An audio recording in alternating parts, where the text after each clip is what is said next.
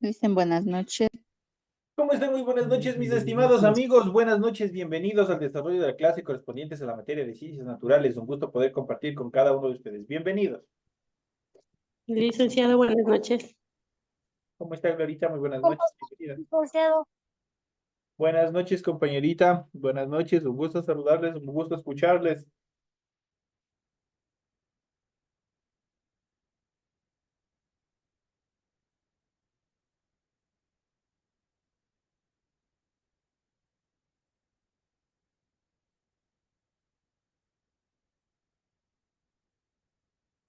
Iniciamos el desarrollo de las actividades correspondientes a esta última semana de lo que corresponde a la materia de ciencias naturales. Un gusto poder compartir con ustedes. Iniciamos el desarrollo de las actividades y en pantalla pueden ver ustedes el material de apoyo. Y habíamos estado hablando en relación a la organización de de nuestro organismo, cómo está constituidos los cuerpos. Y en esta ocasión vamos a hablar sobre los tejidos en general. Vamos a ver cómo están constituidos cada uno de los tejidos. Vamos a ver. En los organismos vertebrados, eso quiere decir que tienen estructuras óseas, existe una gran diversidad de células, unos 200 tipos diferentes. Esta gran variedad de células se puede agrupar en 4 tipos de tejidos principales, como es el tejido epitelial, el tejido conectivo, el tejido muscular y el tejido nervioso que vamos a ir viendo en el desarrollo de la presente clase. En cuanto al tejido epitelial, ¿cuál es el tejido epitelial? Vamos a ver cuáles son las características fundamentales de este tipo de tejido. El tejido epitelial reúne diversos tipos de tejidos que pueden tener funciones protectoras, secretoras y absorción. Esas son las características fundamentales del tejido epitelial. El tejido epitelial recubre la superficie del cuerpo, es nuestra piel. Sus cavidades y conductos, sus células son geométricas, más o menos regulares y están unidas íntimamente una con otra. Por debajo del epitelio encontramos una membrana basal formada por una red de fibras que conectan con el tejido conectivo. Existen 2 grandes grupos de epitelios. El epitelio de revestimiento, que tiene una función protectora y también de absorción, y el epitelio glandular, cuya función es la secreción de sustancias, tales por ejemplo nuestras lágrimas, la secreción nasal, la saliva, y obviamente dentro de otros organismos también eh, dentro de nuestro cuerpo, que también segregan determinadas sustancias. En cuanto al epitelio de revestimiento, está especializado en la protección de las estructuras que se encuentran por debajo de él. Las células del epitelio de revestimiento pueden constituir una o varias capas. Según esto podemos distinguir el epitelio simple, el estratificado y el pseudoestratificado. Las células además pueden presentar formas muy variadas. Pueden ser planas, pueden ser cúbicas o cilíndricas, así teniendo en cuenta la forma de las células y el número de capas que lo constituyen, podemos distinguir los siguientes tipos de epitelios. Aquí ustedes pueden observar y vamos a ir viendo cada uno de ellos. Iniciamos con el epitelio glandular. El epitelio glandular constituye las glándulas, órganos especializados en la fabricación y secreción de sustancias. Según su lugar de secreción, distinguimos 3 tipos de glándulas. Tenemos las exócrinas, tenemos las endocrinas y tenemos las mixtas. En cuanto al tejido conectivo, el tejido conectivo son un grupo de tejidos con funciones diferentes. Unen entre sí distintos órganos, llenan huecos y espacios entre los diferentes tejidos. También constituyen elementos de soporte de movimiento. Los principales tipos de tejidos conectivos son los siguientes. Tenemos el primero, que es el tejido conjuntivo. El tejido conjuntivo tiene la función de unir órganos y tejidos. Según la cantidad de fibras que lo constituyen, puede ser un tejido conjuntivo laxo, eso quiere decir con pocas fibras, o un tejido conjuntivo fibroso, Eso quiere decir con muchas fibras. Esa es la subclasificación del tejido conjuntivo. En cuanto al tejido adiposo, es un tejido formado por células llamadas adipocitos. Su función principal es la reserva de energía, pero también realiza una función protectora bajo la piel, alrededor de los riñones y también de nuestro músculo importante que es el corazón. Aquí nosotros podemos ver el tejido conjuntivo a la izquierda y el adipocito del tejido adiposo a la derecha, cómo están constituidos cada uno de ellos, obviamente vistos desde el microscopio. El tejido cartilaginoso está formado por células llamadas condrocitos y recubre el interior de las articulaciones y evita su desgaste. ¿Dónde encontramos el tejido cartilaginoso? ¿Quién no se ha comido una pierna de pollo, una ala o algún tipo, alguna estructura, especialmente en las piernitas nosotros del pollo, nosotros podemos encontrar el tejido cartilaginoso.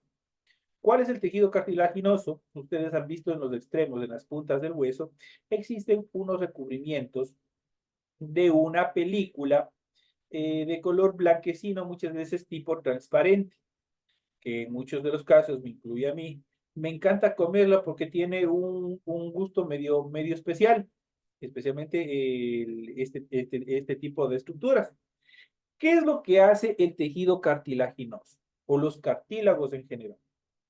Evitan que los huesos, obviamente, rocen pues, de forma directa hueso con hueso, generando dolores intensos, que es lo que hacen los cartílagos, que son los recubrimientos de las cabezas de los huesos, evita que obviamente se genere este movimiento directo hueso con hueso. Y obviamente protege del desgaste de esa manera. En nuestro cuerpo, por ejemplo, está formado nuestra estructura nasal, es cartílago. Nuestras orejas son cartílagos. Determinados órganos estructuras internas de nuestro cuerpo también son cartílagos.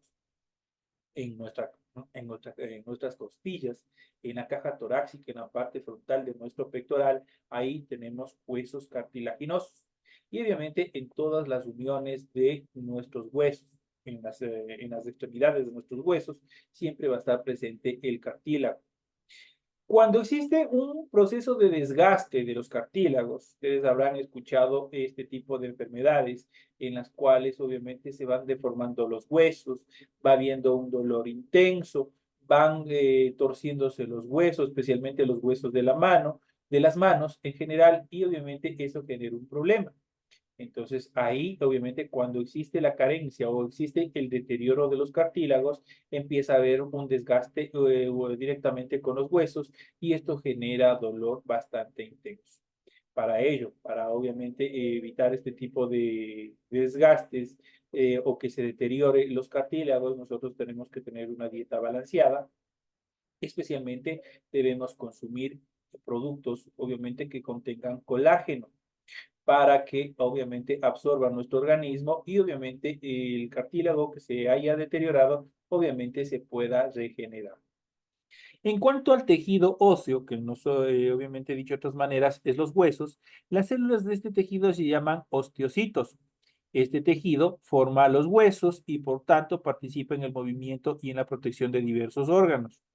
En la etapa anterior que habíamos estado hablando del desgaste de los cartílagos, por ejemplo, una de las enfermedades que ustedes deben conocer, muchos, incluso en familia, tenemos algún tipo de familiar que padece este tipo de enfermedad, es la osteoporosis y la artrosis. La artrosis es mucho más fregada que la osteoporosis. Entonces, justamente es el desgaste de cartílagos lo que produce este tipo de enfermedad. Así que hay que tenerse mucho cuidado. Como les había dicho, el tejido óseo son las células de este tejido, se llaman osteocitos. Este tejido forma los huesos y por tanto participa en el movimiento y en la protección de diversos órganos. Aquí tenemos la micrografía del tejido óseo de izquierda y los osteocitos a la derecha, obviamente vistos desde el microscopio. En cuanto al tejido muscular, está formado por células denominadas miocitos, integrado por actina y miosina, dos proteínas con capacidad contráctil. Por eso nosotros podemos extender nuestro brazo, recoger nuestro brazo y así sucesivamente. El tejido muscular puede ser, en primera instancia, de aquí. Vamos a ver su clasificación en cuanto al tejido muscular. El tejido muscular puede ser estriado. El tejido muscular estriado está formado por células grandes que presentan numerosos núcleos. La contracción es rápida y voluntaria, por ejemplo, el músculo que participa en la marcha, lo que nosotros, por ejemplo, al caminar, al mover nuestros brazos, nuestro cerebro le manda la orden, por ejemplo, que nos paremos, que nos sentemos. Entonces, el movimiento, la contracción es rápida y voluntaria. Nosotros controlamos ese movimiento. En cambio, el tejido muscular cardíaco está compuesto por células estriadas mononucleadas. Su contracción es rápida e involuntaria. Mantiene el latido cardíaco, por ejemplo. El latido cardíaco, nosotros no podemos decir al corazón, párate, ¿no es cierto? Entonces, ese movimiento muscular, esa contracción es involuntaria. Nosotros no tenemos control sobre el movimiento de nuestro corazón. El tejido muscular liso posee células pequeñas alargadas con un solo núcleo. Su contracción es lenta e involuntaria, igual que el cardíaco. Por ejemplo, el movimiento del tubo digestivo. Si no lo sabían, váyanse enterando. Nuestro tubo cardíaco, perdón, nuestro tubo digestivo está siempre en movimiento. Por eso es que circulan los alimentos y de esa manera, obviamente, nuestro organismo puede eliminar los desechos a través de las heces fecales y también de la orina. Entonces, por lo tanto, el tejido liso es uno de los componentes primordiales en cuanto por ejemplo, al tubo digestivo. Nuestro tubo digestivo está en constante movimiento. Nosotros no lo sentimos, pero está moviéndose constantemente. Si no, obviamente, si no se desarrollara de esa manera, prácticamente los desechos de nuestro organismo no pudieran ser eliminados hacia el exterior. Entonces, esa es una de las características fundamentales. Este movimiento que tiene el tubo digestivo, obviamente, es involuntario. Nosotros igual ni siquiera sabemos, ni siquiera hemos sentido que el tracto digestivo obviamente tiene movimiento. Peor para decirle que obviamente párate o detente, ¿no es cierto? Esas son las características fundamentales en cuanto a este tipo de tejidos. Pasamos al siguiente y uno de los más importantes, porque si falla este, nos falla todo, que es el tejido nervioso. Está formado por dos tipos de células, que son las neuronas y las células gliales. Regálenme solo un minutito nomás y ya regresamos de nuevo a clase.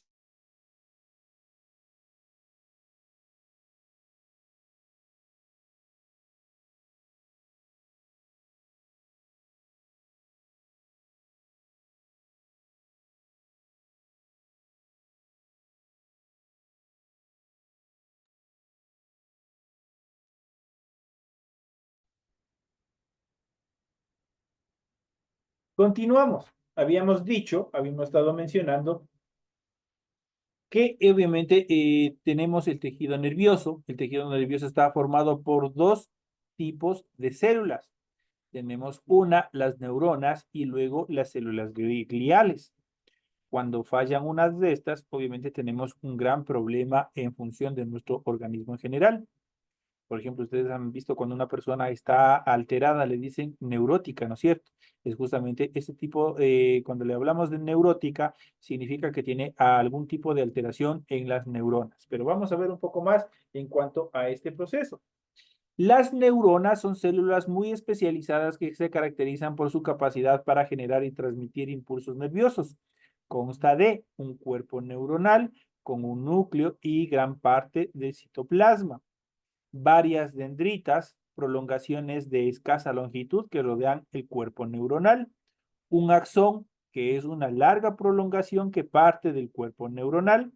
La transmisión del impulso nervioso siempre se efectúa desde la dendrita hacia el axón.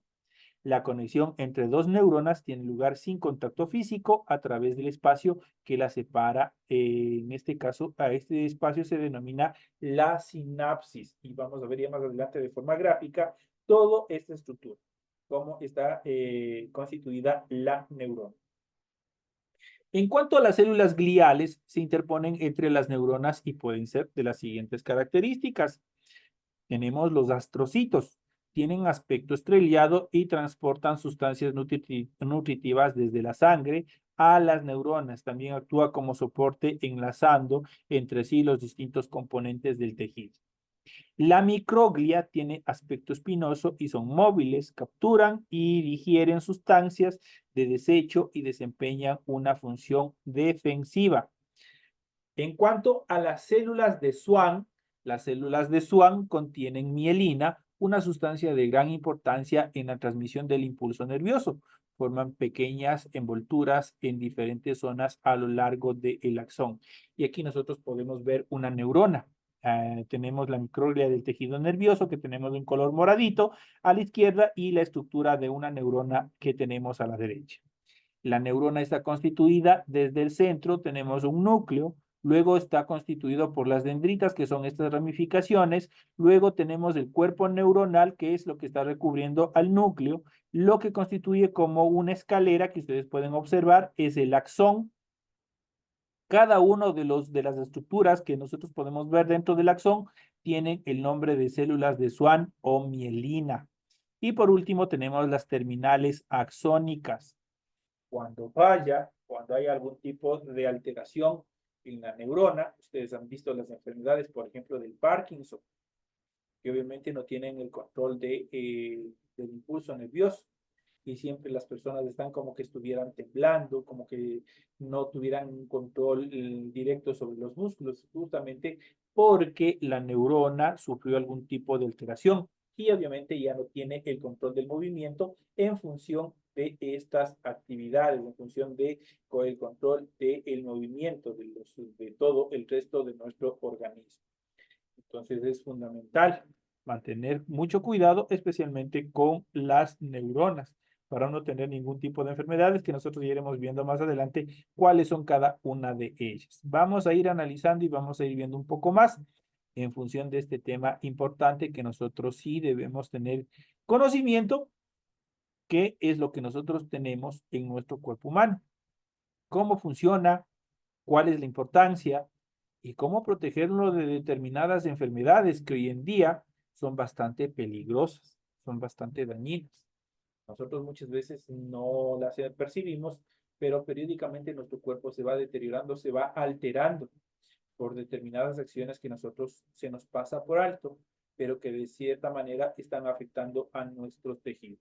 Y vamos a hablar sobre los tejidos del cuerpo humano. Aquí en este gráfico ustedes pueden observar, tenemos el músculo cardíaco, la forma, tenemos el músculo esquelético, tenemos el músculo liso, el tejido epitelial externo, el tejido epitelial interno. Cuando hablamos del epitelio o tejido epitelial, estamos hablando de la piel, todo lo que recubre, pero también hay determinadas membranas que están recubriendo y separando de los diferentes órganos. Por ejemplo, cuando ustedes vuelvo al ejemplo, cuando ustedes, por ejemplo, han despostado, están abriendo, están limpiando un pollo, por ejemplo, ustedes van y sacan el hígado y el corazón, y ustedes han visto, no sé si ustedes han notado que tiene una telita, una membrana transparente que le está protegiendo. Nosotros tenemos que romper esa telita para poder ingresar al corazón directo. Entonces, esas también son epitelios y son epitelios internos. Tenemos el cerebro, tenemos la médula espinal, tenemos los nervios que son fundamentales para el funcionamiento correcto de nuestros movimientos coordinados. Tenemos el tejido conectivo o el tendón y tenemos el tejido conectivo en función de huesos. Ahí nosotros tenemos de forma gráfica y de forma general. Pero, ¿qué son los tejidos? ¿Qué son los tejidos del cuerpo humano? Con el término tejido, en biología y medicina nos referimos normalmente a los materiales orgánicos constituidos por un enorme conjunto de células, distribuidas regularmente en un conjunto simple con un mismo fin determinado y poseen un origen embrionario común. Dicho de un modo más simple, los tejidos son los tipos de carne y pulpa del cuerpo formados por células de distintos tipos, pero con un mismo cometido fisiológico. Eso quiere decir que tienen una función determinante. La organización del cuerpo en tejidos es propia de los seres vivos más complejos. Se distingue de aquellas que se agrupan en colonias celulares, como es el caso de las esponjas, capaces, por ejemplo, de regularse y recuperarse su estructura del otro lado de un matiz a través del cual se la separa. Esto no ocurre con las células de los tejidos, firmemente conectadas las unas con las otras y en relación de mutua independencia.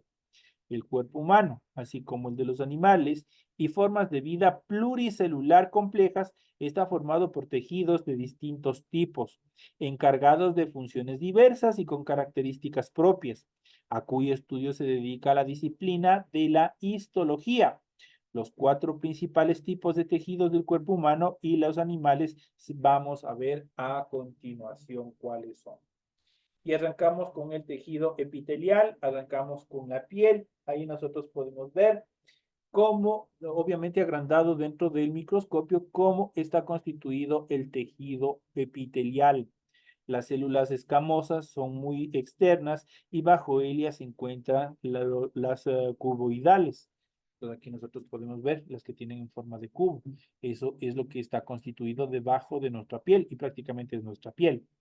Se llama así el tejido formado por múltiples células densamente amontonadas que constituyen la piel, es decir, los límites del cuerpo mismo. Su nombre proviene de cómo llamamos a este tipo de corteza, el epitelio, y aunque en otros animales cumple con funciones defensivas más claras, por ejemplo, mediante escamas, en el caso de los mamíferos, se trata de conjuntos celulares estratificados y de dos tipos importantes. Por ejemplo, las células escamosas son las más externas de forma aplanada. Las células cuboidales están apiladas más profundamente en el epitelio, cuya forma se asemeja a un cubo. Entonces tenemos dos, las células escamosas y las células cuboidales. Las células escamosas son las que están en esta parte superior y las células cuboidales son las que están inmediatamente a continuación. Esas son las divisiones. Una de sus funciones es proteger los tejidos internos de la acción de los elementos medioambientales, de infecciones y de agresiones de competidores en la medida de lo posible. Además, posee la capacidad de lubricar y protegerse a sí mismos y se encuentran también recubriendo el interior, el intestino delgado, en donde ayuda a la absorción de nutrientes y también las glándulas externas, en donde segregan algunos enzimas y también hormonas. Es la función de los epitelios. En cuanto al tejido muscular, aquí nosotros tenemos algunos ejemplos de tejido muscular. Cada subtipo de tejido muscular cumple funciones específicas. Aquí tenemos el corazón, tenemos los intestinos, tenemos obviamente los músculos que están recubriendo los huesos en función de nuestros brazos, cómo están constituidos cada uno de ellos. El tejido muscular es aquel que le confiere a nuestro cuerpo solidez y estructura. Otra vez, Rosa y Asaka. ¿Qué le pasa a Rosa y Asaka? Le voy a sacar de clases.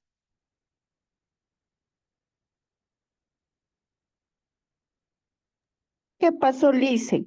¿Por qué me raya la pizarra? Estoy anchando en mi para ver porque están muy pequeñas las letras. Perdón, Lice, ya no lo hago.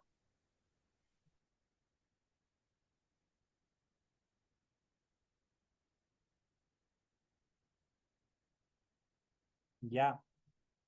Bueno, pudo haber sido un error involuntario, pero hoy día han venido medios rebeldes.